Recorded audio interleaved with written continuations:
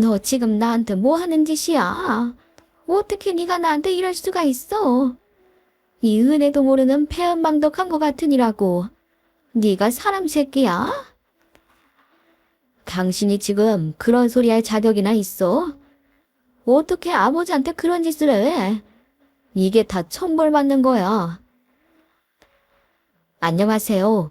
저는 해외에 살고 있는 48살인 지정남이라는 남자입니다. 최근 아버지를 잃은 저는 참 기가 막힌 일을 겪었는데요. 오늘 이곳 썰맘에 가슴에 우라가 치밀었던 제 충격적인 사연을 한번 풀어볼까 합니다. 사연을 들어보시면 아시겠지만 저는 아버지와 관계가 깊은 아들은 아닙니다. 뭐 남들도 다 그렇게 산다고 할 수도 있겠지만 저는 항상 마음 깊은 곳에 아버지에 대한 원망과 애정이 함께 했습니다. 사실 제가 지금 외국 생활을 하는 이유도 아버지 때문이라고 할 수 있겠네요. 어릴 적 저는 아버지와 좋은 추억을 쌓은 일이 별로 없었던 것 같습니다. 아주 어릴 적 기억은 모두 어머니와 둘만의 추억들 뿐이고 아버지와의 추억은 별로 없네요. 제가 기억하기로는 회사원이셨던 아버지는 항상 바쁘신 분이셨습니다.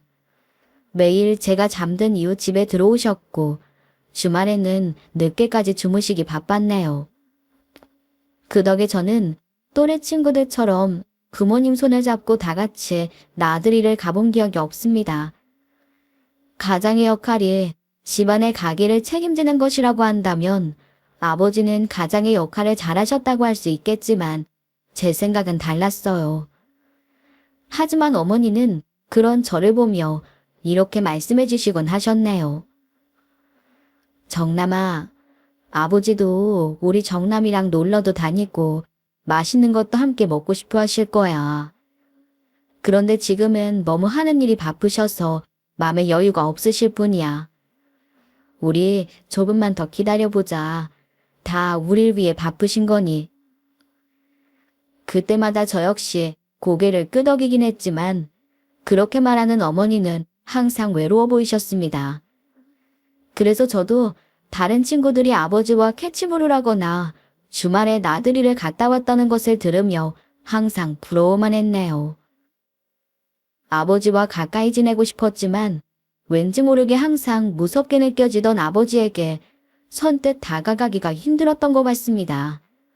아마 그것은 저희 어머니도 마찬가지셨겠죠. 아버지는 가끔 술을 드시고 통닭을 사오시며 다정하게 대해주셨는데 어린 마음에 술을 드신 아버지가 참 다정해서 매일 아버지가 술을 드시고 오시면 좋겠다 생각한 적도 있습니다.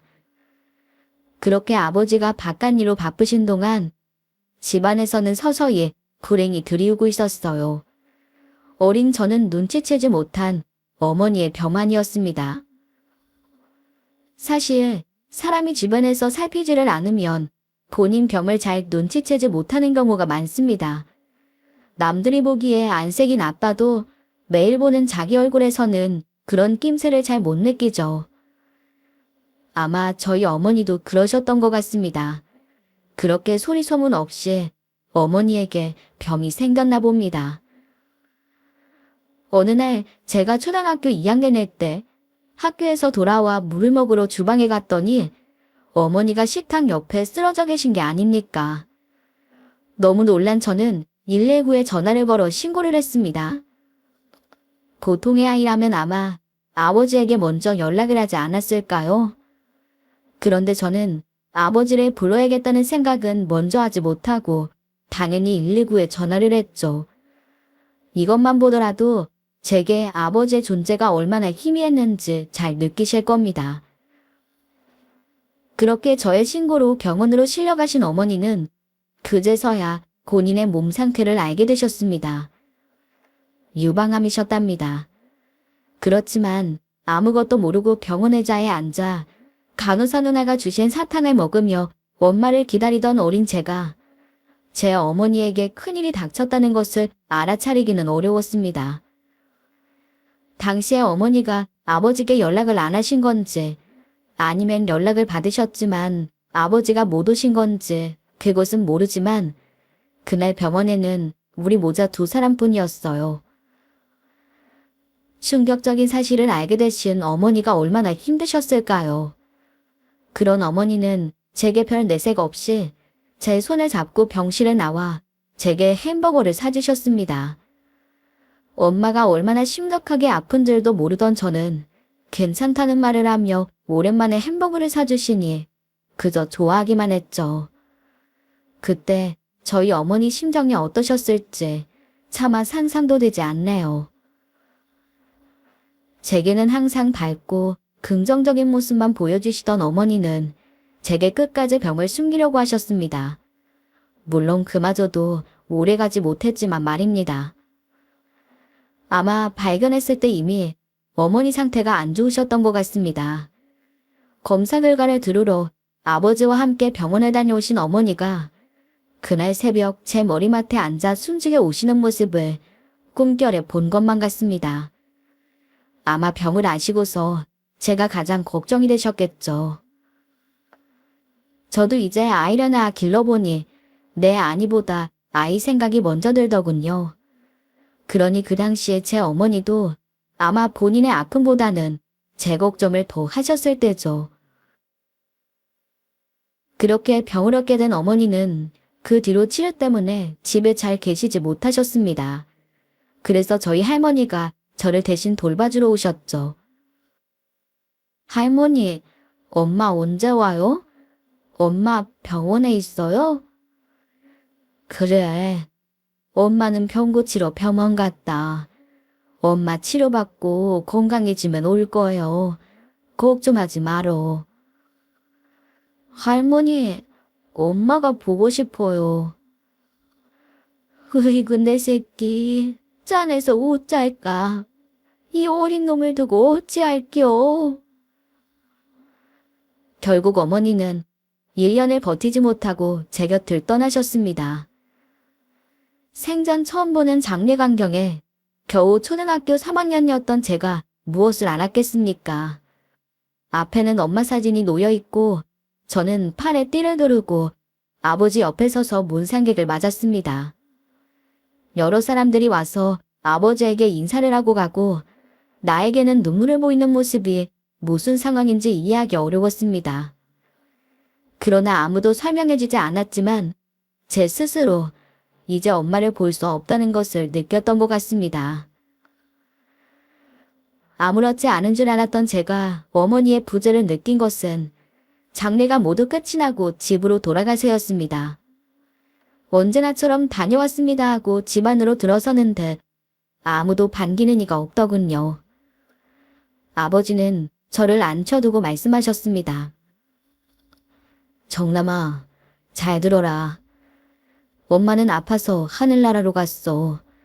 이제는 엄마를 불러도 볼 수 없고 이제 엄마는 집에 없어. 아직은 어려서 이해가 잘 안 갈 수도 있겠지만 세상에는 네가 이해하기 힘든 일도 있고 견뎌야만 하는 일도 있단다. 그렇지만 엄마가 없다고 슬퍼하고 좌절하면 안 된다. 앞으로 더 씩씩하게 지내야 돼. 너도 나이가 들면 아버지 말을 이해할 거야. 아버지 말 명심하고 정신 똑바로 차리고 살자. 저는 아버지의 말씀을 듣고 제 방으로 들어가 버렸습니다. 울어버릴 것 같은 마음에 방으로 들어가 이불을 뒤집어 쓰고 혼자 눈물을 삼켰습니다.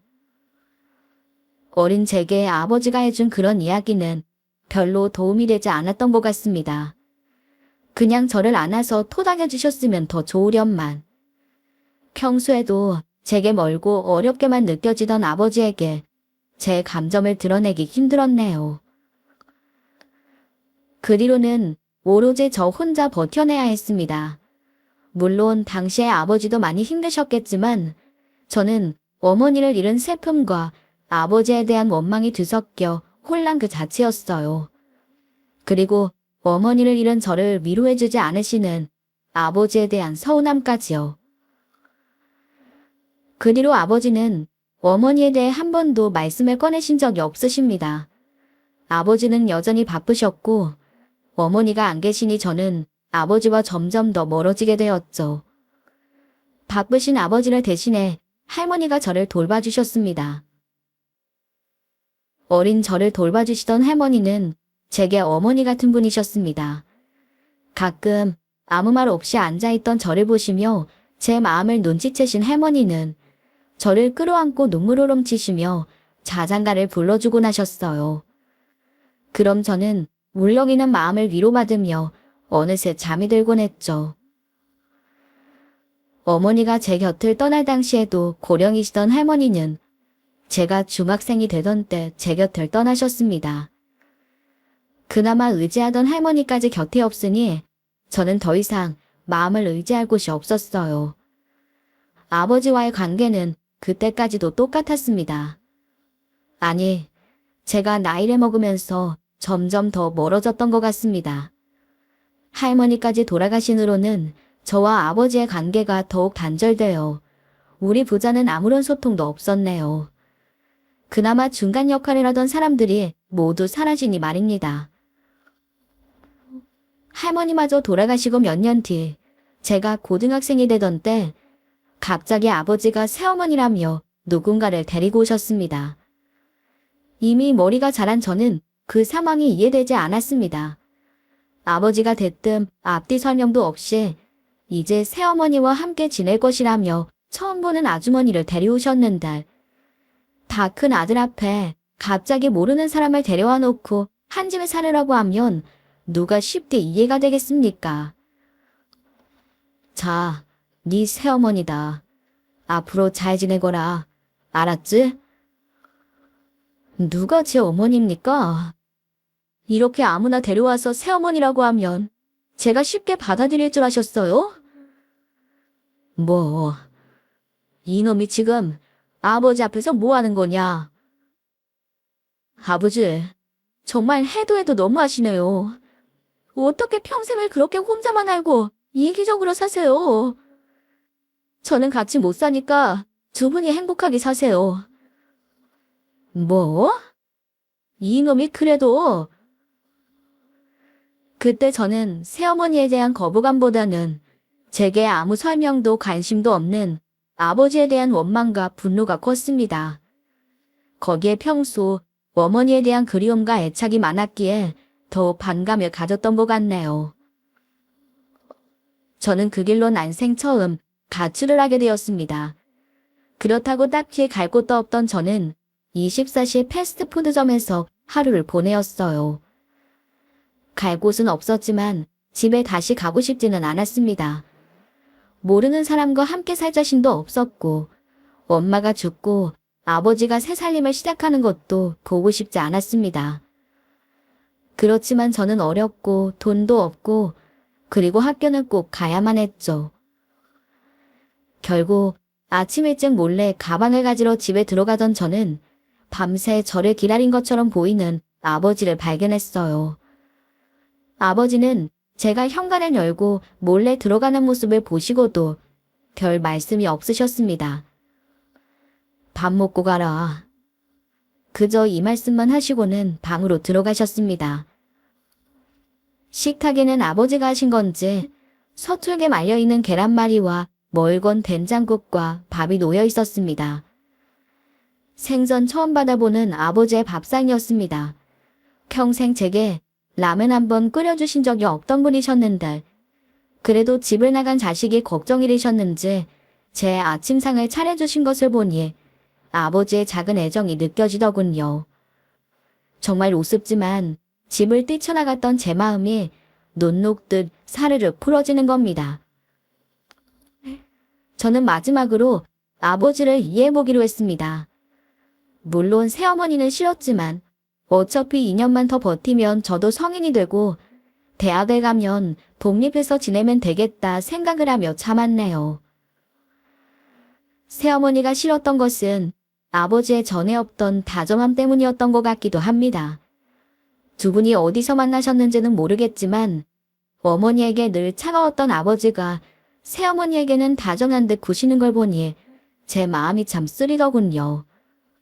우리 어머니에게 저 정도의 관심만 주셨더라도 어머니가 혼자 병으로 쓰러지시지는 않으셨을 텐데 하는 생각이 들었습니다. 새어머니는 제게 점을 붙이고 싶으신지 자꾸만 말을 걸고 친해지려 하셨지만 저는 이런저런 핑계로 곁을 내주지 않았습니다. 저기 정남아, 너는 뭘 좋아하니? 엄마가 네가 뭘 좋아하는지 몰라서 반찬하기가 쉽지 않네. 뭐 좋아하는지 좀 알려줄래? 상관없어요. 아무거나 잘 먹어요. 그래도 네 또래 남자애들은 소세지 같은 거 좋아하나? 너도 소세지 좋아하니? 그런 거 없다니까요. 공부해야 하니까 들어가 볼게요. 아, 그래. 공부 열심히 하렴. 새어머니를 좋게 보지 않던 저는 그런 새어머니의 관심이 부담스럽기만 했죠. 오랜만에 겪는 누군가의 관심이 그리 편하지 않았습니다. 새어머니의 배려가 저는 너무 부담스러웠고 어린 마음에 의심도 품었던 것 같습니다. 내가 정말 아들 같지도 않을 텐데 아버지 때문에 내 환심을 사려고 그렇게 애를 쓰는 것 같았거든요. 사실 그런 생각을 하게 된 이유에는 한 사건이 있었습니다.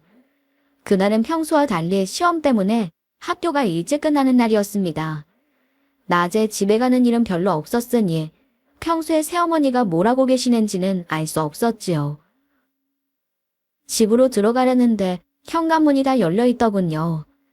그런데 열린 현관 사이로 새어머니의 통화하시는 목소리가 들렸습니다. 거실 전화기로 통화를 하고 계셨던 모양이었어요. 에? 그냥 그래. 다 큰 남자애라 그런가 정부치기가 쉽지 않네.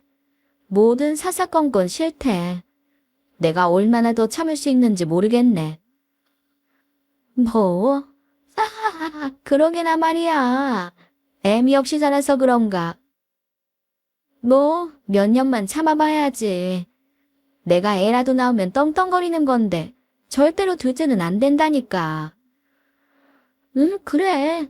대학 가면 지 알아서 살겠지 뭐. 그때까지 비위 좀 맞춰줘야지. 순간 듣지 말아야 할 것을 들었다는 생각에 차마 현관으로 들어가지 못하고 다시 돌아 밖으로 나갔습니다. 결국 그날 도서관에서 공부를 하다가 늦게 들어가려는데 아무리 집중하려 노력해도 낮에 들었던 새어머니의 말 때문에 그리 눈에 들어오지 않더군요. 분명히 제 얘기인 것 같았습니다. 역시 새어머니도 제게 별 관심이나 애정은 없으신 것 같았네요. 뭐 저도 마찬가지였으니 그리 상처받을 일도 아니었지만 그 집에 나만 빼면 모두 행복하겠구나 하는 생각이 끊이지를 않았습니다. 그렇게 2년을 참고 버티며 시간을 보냈습니다. 고등학교를 졸업하고 대학생이 되자마자 저는 학교를 핑계로 자취를 시작했어요. 학교 가까운 곳에서 지내는 게 학교 생활하기에 더 좋다는 제 의견에 아버지는 별다른 말씀 없이 자취방을 구해주시더군요. 사람 마음이 참 웃기는 게 그동안은 대학만 가면 그 집에서 벗어나겠다는 생각으로 살았는데 막상 아버지가 별말이 없이 제 독립을 허락하시니 그게 또 내심 섭섭했습니다. 독립을 한 저는 그 뒤로도 집에 잘 찾아가지 않았습니다. 이제는 성인이라는 조건도 있었고 대학 생활에 바쁘다는 핑계도 있었지요. 게다가 방학 때는 여기저기 여행을 간다 하며 집에 잘 들어가지 않았네요. 그때마다 아버지는 밥 잘 챙기라는 말씀만 하시고 다른 말이 없으셨습니다. 아마 그때 아버지가 집에 한번 오라고 하셨으면 저는 만사 제쳐주고 집으로 갔을지도 모릅니다. 그때까지도 저는 껍데기만 자랐지 속은 엄마를 잃었던 8살 꼬맹이 그대로였으니까요.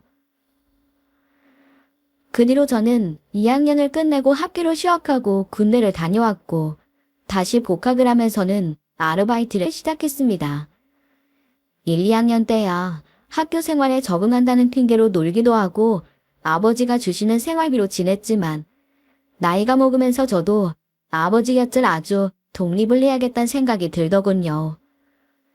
그렇게 저는 바쁜 대학 생활을 보냈고 대학 졸업 후 회사원이 되었네요. 어릴 적에는 아버지처럼 바쁜 회사원은 되고 싶지 않다며 과학자나 예술가를 꿈꿨습니다. 그런데 웃기게도 어른이 된 저는 점점 아버지와 비슷한 사람이 되어가는 듯하네요. 그렇게 아버지처럼 회사원이 된 저는 예전에 아버지처럼 매일 야근에 시달리며 바쁜 일상을 보냈습니다. 그때는 다들 그렇게 사니까 그렇게 인생을 보내는 게 어쩔 수 없는 일이라고 생각했습니다. 그러면서 마음 한구석이 계속 답답해지더군요. 그게 뭔지도 잘 몰랐습니다. 그러다가 저는 회사에서 만난 여자와 사랑에 빠지게 됩니다. 얼굴이 닮지는 않았지만 왠지 어릴 적 기억 속 저희 어머니와 많이 닮은 듯 느껴지는 여자였습니다. 왠지 익숙한 느낌에 자꾸 눈길이 갔는데 오며 가며 마주치는 시선에 서로 감정이 싹트게 되었네요. 그렇게 처음으로 아버지에게 제 연인을 소개하게 되었습니다. 집에 누군가를 데리고 찾아간다고 하니 수화기 너머로 아버지의 목소리가 떨리는 듯 느껴졌어요. 사실 별 관심 없으셨을지 모르겠지만 아버지가 궁금해하셨으면 좋겠다고 생각했나 봅니다. 그렇게 오랜만에 뵙는 아버지는 한결같이 무뚝뚝하셨고 새어머니는 오랜만에 보는데도 참 한결같이 가면을 쓰고 계셨네요. 정남아, 세상에 집에 좀 자주 오라니까.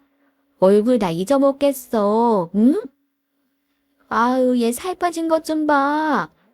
애가 회사 생활이 힘든가 봐요, 여보.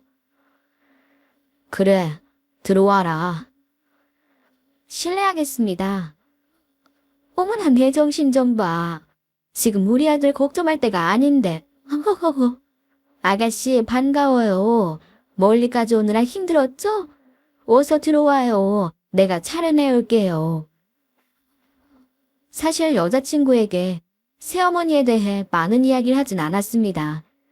그냥 내가 고등학생일 때 새어머니가 생겼고 몇 년 같이 못 지내고 대학생 때부터는 쭉 떨어져 살아서 그렇게 살가운 사이는 아니라고 설명했어요. 어차피 결혼하고도 자주 찾아올 생각이 없었으니까 새어머니가 날 어떻게 생각한다거나 그런 얘기는 구태여 할 필요가 없다고 생각했습니다. 처음 뵙겠습니다. 김윤지라고 합니다. 정남씨랑 같은 회사에 근무하고 있습니다. 어허허, 정남이랑 같은 회사 다니는 거 보면 아가씨도 좋은 대학 나왔나 보죠? 우리 정남이는 어디 나왔는지 알죠? 아무나 가기 어려운 곳이잖아요. 그런데 들떠있는 새어머니의 반응에 이상하게 자꾸 짜증이 올라오더군요. 지금 와서 생각해보면 아마 아버지 곁에서 며느리 될 사람의 인사를 받는 새어머니가 마치 제 친어머니의 자리를 뺏은 것 같아서 이제 와서 제 어머니 노릇하시려는 게 내키지 않았던 것 같네요. 저는 결혼을 해도 내가 그랬듯이 아내도 새어머니와 가까이 지내기를 바라지 않았습니다. 결혼 후에도 지금처럼 거리를 두며 지내려고 생각했죠. 그런데 새어머니는 제가 결혼이라도 하면 갑자기 가족이 되실 줄 아셨나 봅니다. 새어머니가 자꾸 도른 없는 말씀을 하시더군요. 아가씨, 이제 결혼할 사이니까 편하게 말할게요. 내가 정남이를 다 키우진 않았지만 내 마음으로 낳았다고 생각해요. 내게는 정말 친아들 같은 애예요. 그동안은 학교니 회사니 떨어져 지내느라 서로 멀어서 자주 보지 못했지만 이제 결혼하게 되면 좀 더 가족에 신경 써야 되지 않겠어요? 정남이가 워낙 말도 없고 표현도 없는 아이라 아가씨가 옆에서 많이 신경 써주면 좋겠어요. 편하게 혼자 찾아와도 되고. 허허허허. 이 사람한테 그런 요구하지 마세요. 제가 안 오면 이 사람도 따라올 일이 뭐가 있습니까? 결혼 후에도 바빠서 자주 못 올 거예요. 그러니 괜히 결혼 전부터 그런 기대하지 마세요. 아니 정남아, 무슨 그런 섭섭한 소리를 해. 너도 결혼하면 알 거야. 부모 마음이 어떤 건지. 이제 안 사람도 생겼으니까 옆에서 내조도 하고 그러는 거지. 시댁에 잘하는 것도 내조란다? 그러니까 그걸 왜 새어머니가 말씀하시냐고요. 그리고 이 사람 가정주부 아닙니다. 일하느라 바쁜 사람이에요. 그러니까 괜히 따로 연락하신다거나 만나려고 하시지 마세요. 너 어머니한테 무슨 말을 그렇게 하냐? 어머니 입장에서는 며느리한테 그 정도 얘긴 할 수 있지. 앞으로 한가족 될 사람인데 자주 보고 싶단 말도 못하냐? 너는 나이만 먹었지. 장가가겠다고 찾아온 놈이 속은 하나도 못 자랐구나. 여전히 철이 없어. 아버지야말로 좀 적당히 하세요. 막말로 새어머니가 저를 키우셨나요? 손 한 번이라도 탔으면 저도 이런 말 안 합니다. 이제 와서 갑자기 며느리돌이 찾으시는 게 제가 이해해야 할 문제입니까? 이런 얘기 하실 거면 저희 이만 가보겠습니다. 결국 저는 여자친구를 데리고 집을 나와버렸습니다. 이럴 것까지는 예상하지 못했는데 여자친구 앞에서 모든 치부를 다 까발킨 것 같아서 속상했습니다. 정남씨, 나는 괜찮은데 그냥 가만히 있지 그랬어. 어머니가 새 가족 본다고 기쁘셔서 그랬겠지. 그 정도 말씀은 하실 수 있잖아. 너는 몰라서 그래. 나한테 애정도 없는 사람이 여태 대면대면 지내왔으면서 갑자기 새 식구 들어오니까 시어머니 노릇 하려는 거 아니야. 진짜 어머니가 아니면서. 정남씨 기분 나쁠 것도 이해해. 그런데 우리가 결혼 허락받으러 간 자리잖아. 그냥 이렇게 나오면 어떡해. 응? 미안해. 그래도 너무 걱정하지 마. 허락 안 해주시거든 인연 끊어버려도 상관없으니까. 나도 자식돌이 하러 온 거야. 그런 말씀만 안 하셨어도 나도 별말 안 했을 텐데. 미안하다 윤지야. 결국 결혼을 허락받으러 인사 간 자리에서 좋지 않은 기억만 남기고 돌아오게 되었습니다. 여자친구 입장이 퍽 난감했겠죠. 그렇지만 저는 정말 집안과 인연을 끊을 작정도 했습니다. 저도 이제 책임져야 할 제 식구가 생겼으니 말입니다. 그렇게 중간에 잡음이 있었지만 그래도 항상 제게 별 말씀을 안 하신 아버지 덕에 저희 결혼도 무사히 성사될 수 있었습니다. 새어머니도 그날 이후 저희 앞에서 부쩍 말씀이 없어지셨고 그렇게 상견례도 잘 끝내고 결혼식도 잘 치를 수 있었네요. 저는 결국 아버지의 품을 완전히 떠나 저만의 둥지를 찾았습니다. 결혼하고 나니 한동안 잊고 있던 미래에 대한 생각이 다시금 들기 시작하더군요. 혼자였을 때는 그냥 매일 반복되는 일상, 답답한 회사 생활, 모두 참고 그냥 버텨내는 것이라 생각했는데 결혼을 하고 책임질 사람이 생기고 또 우리들 사이에 아이까지 낳을 생각을 하니 이대로는 어렵겠다는 생각이 들었습니다. 그제서야 제 어린 시절이 기억이 났습니다. 아버지처럼 아이를 방치하고 어머니에게 소홀하고 싶지 않았습니다. 아내에게 소홀하고 싶지 않았습니다. 결국 저희 부부는 이민을 결심하게 되었습니다.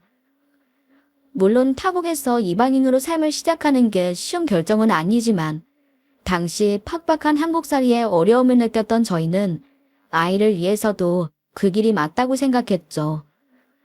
우리는 한국의 경쟁사회에서 살아왔지만 우리 아이만큼은 그런 스트레스 없이 자유로운 삶을 살게 해주고 싶다고 생각했습니다. 그렇게 저희는 결혼 1년 후 이민을 떠났네요.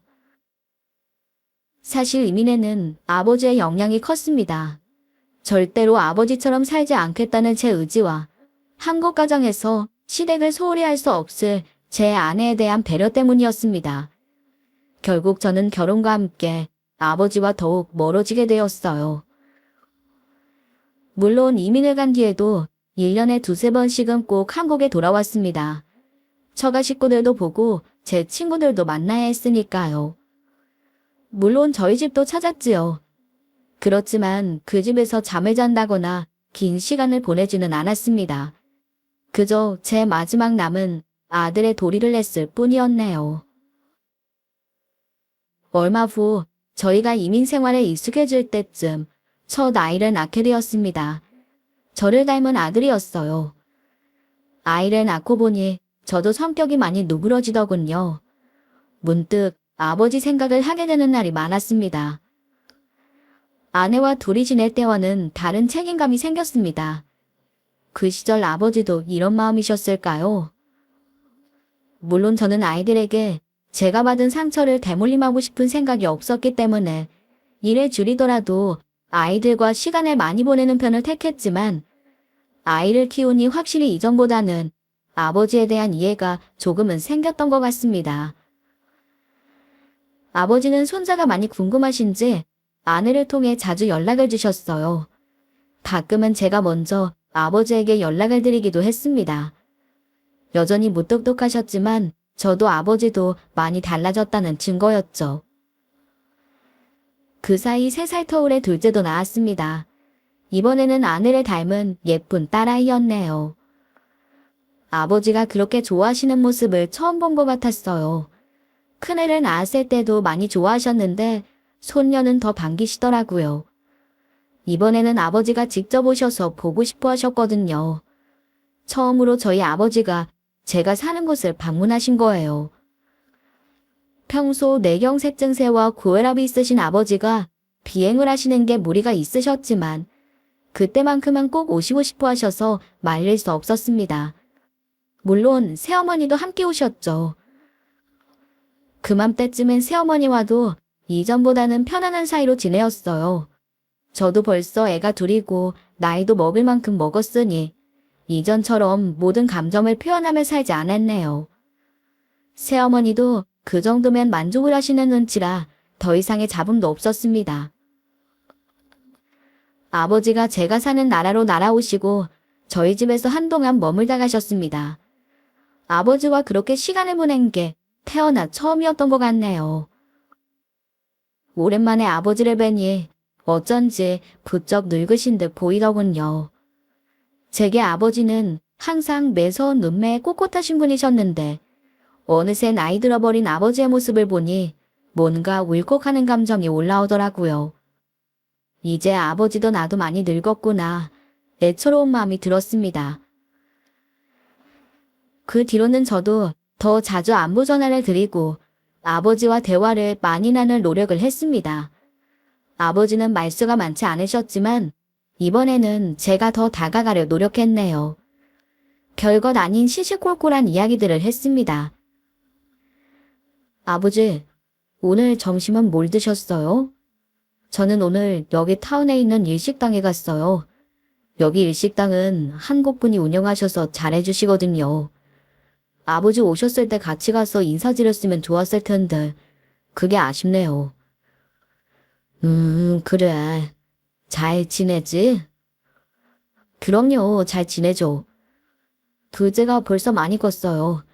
이제는 뛰어다니니까 더 정신없네요. 조만간 휴가 때 찾아뵐게요. 아이들 보셔야죠.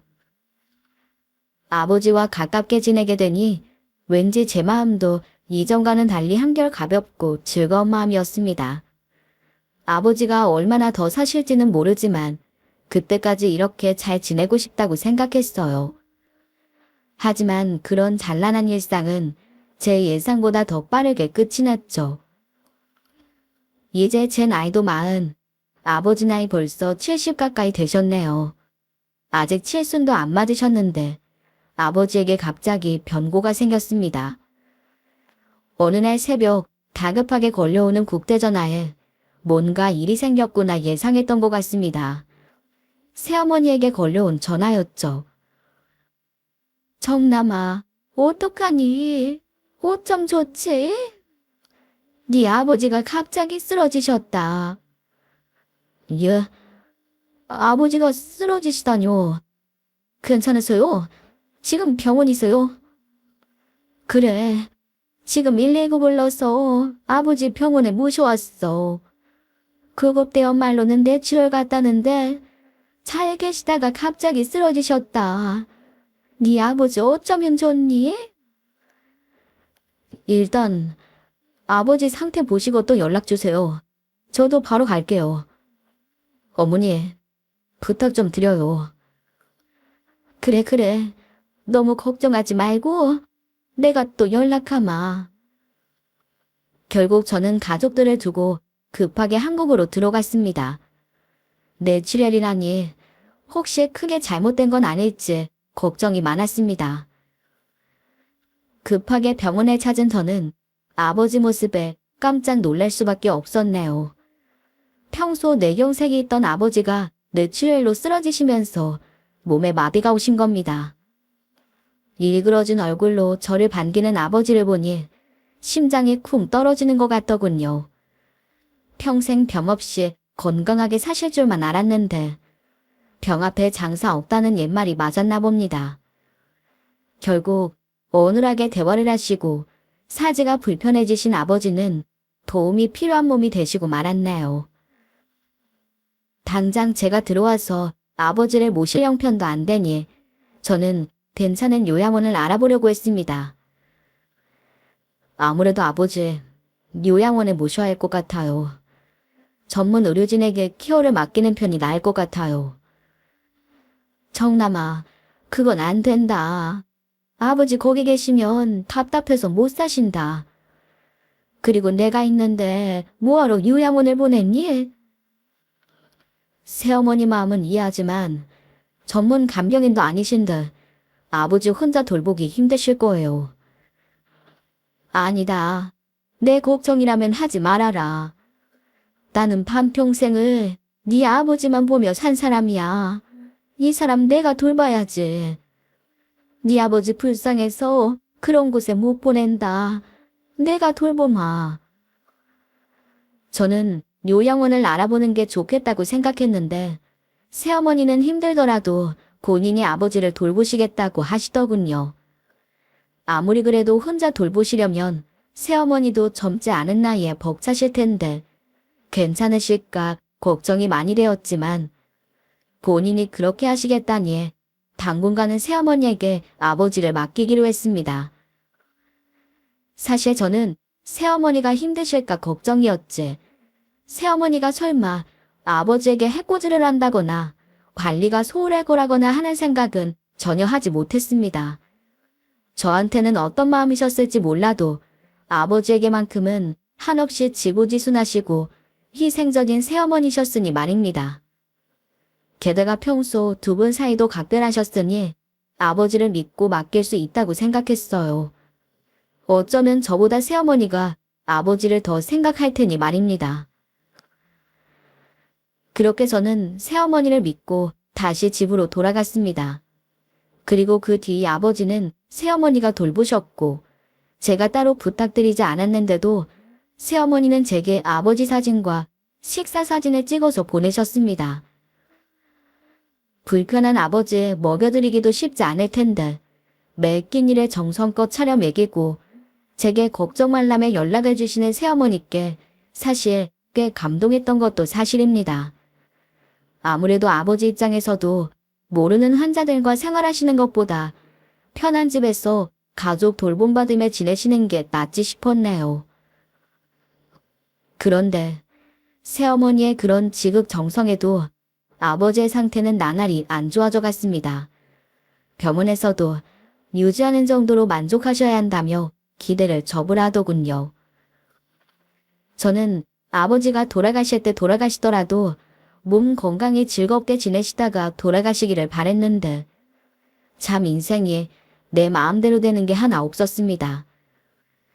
제가 아무리 아버지를 자주 찾으려 해도 외국 생활에 일을 하다 보니 몇 달에 한 번 겨우 들어가 뵙는 게 제가 할 수 있는 전부였네요. 그나마 새어머니가 잘 돌봐주신다니 마음이 놓였습니다. 그렇게 2년 정도의 시간이 지났습니다.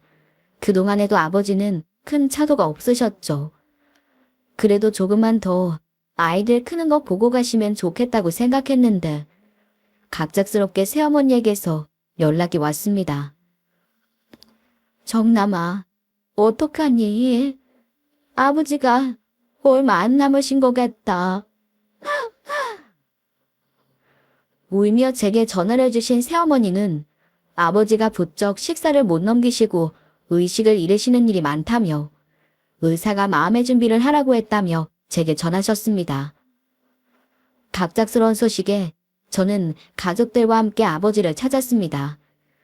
부디 조금만 더 버텨주셔서 이 고비를 넘기시면 좋으련만. 오랜만에 찾아간 아버지는 부쩍 나빠진 모습이셨어요.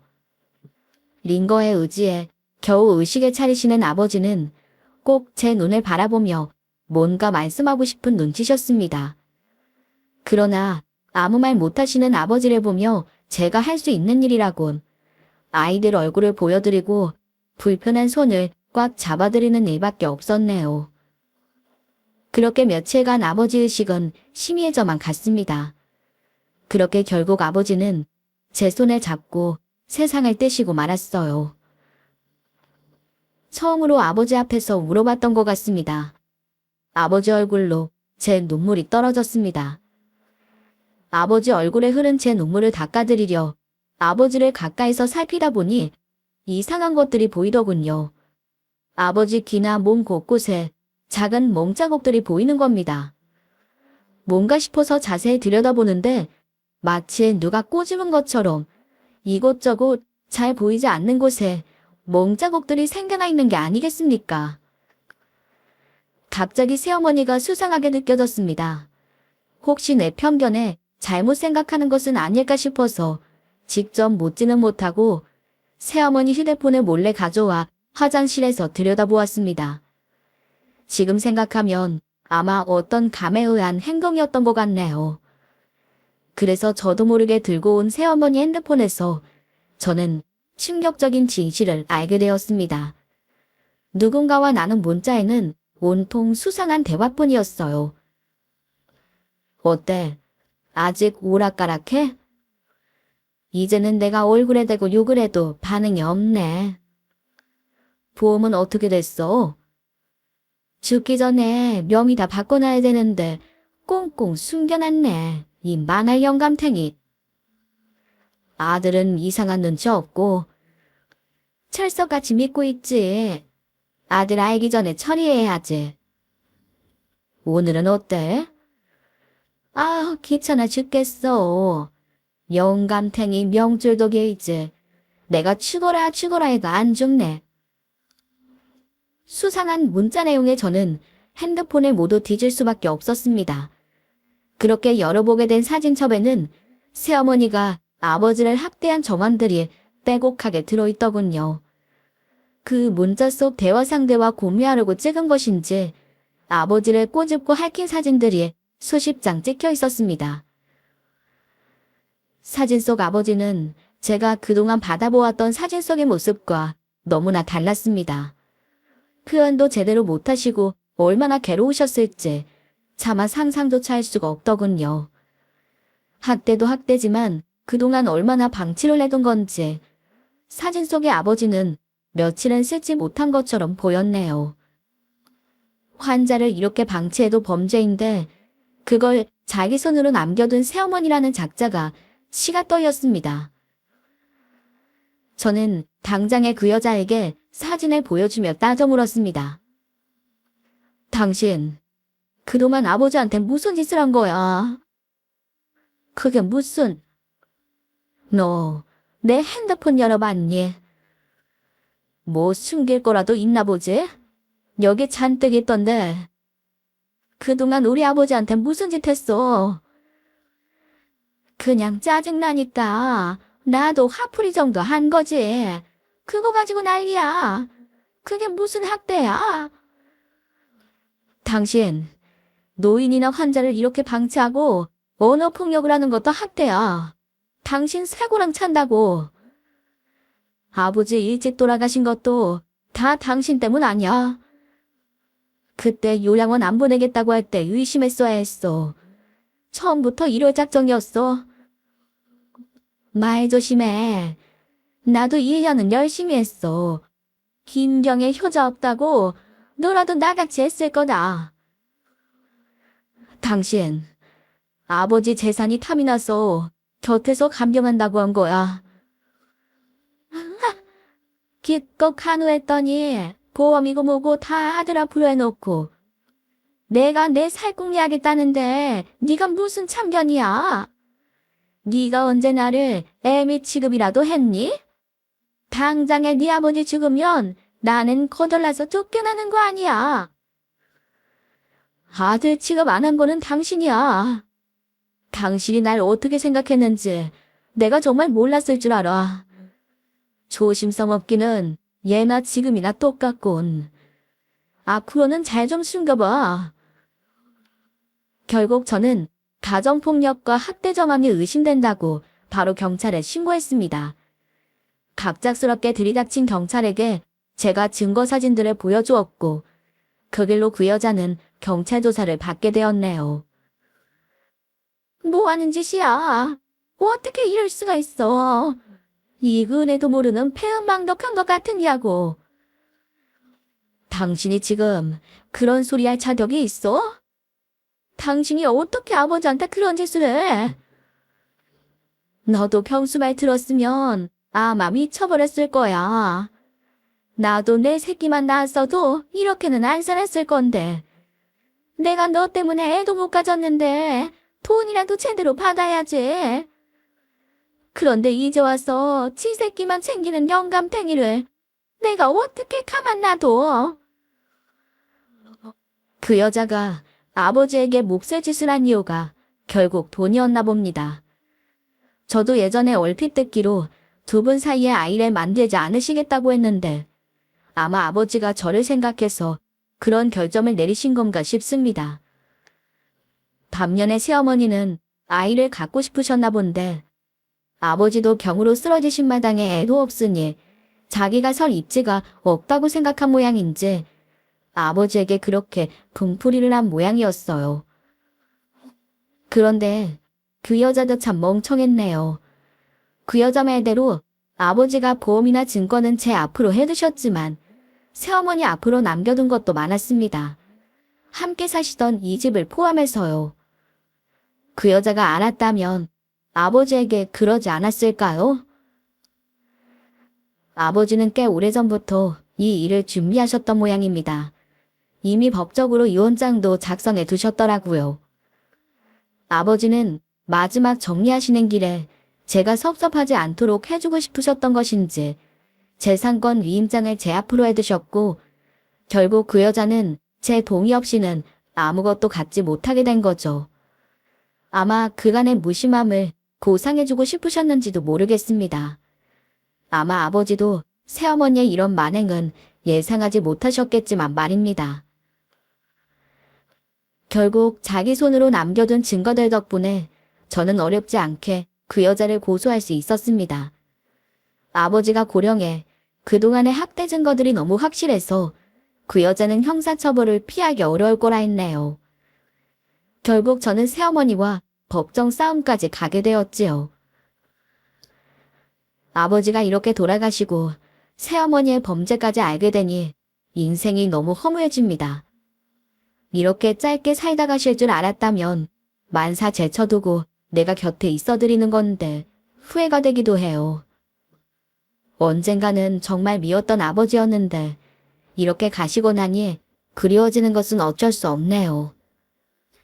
제가 좀 더 일찍 아버지와의 관계가 좋아졌다면 이런 일이 없었을까요? 부디 아버지가 그곳에서는 부자간의 불편한 마음을 내려놓고 편안하시기를 기도합니다.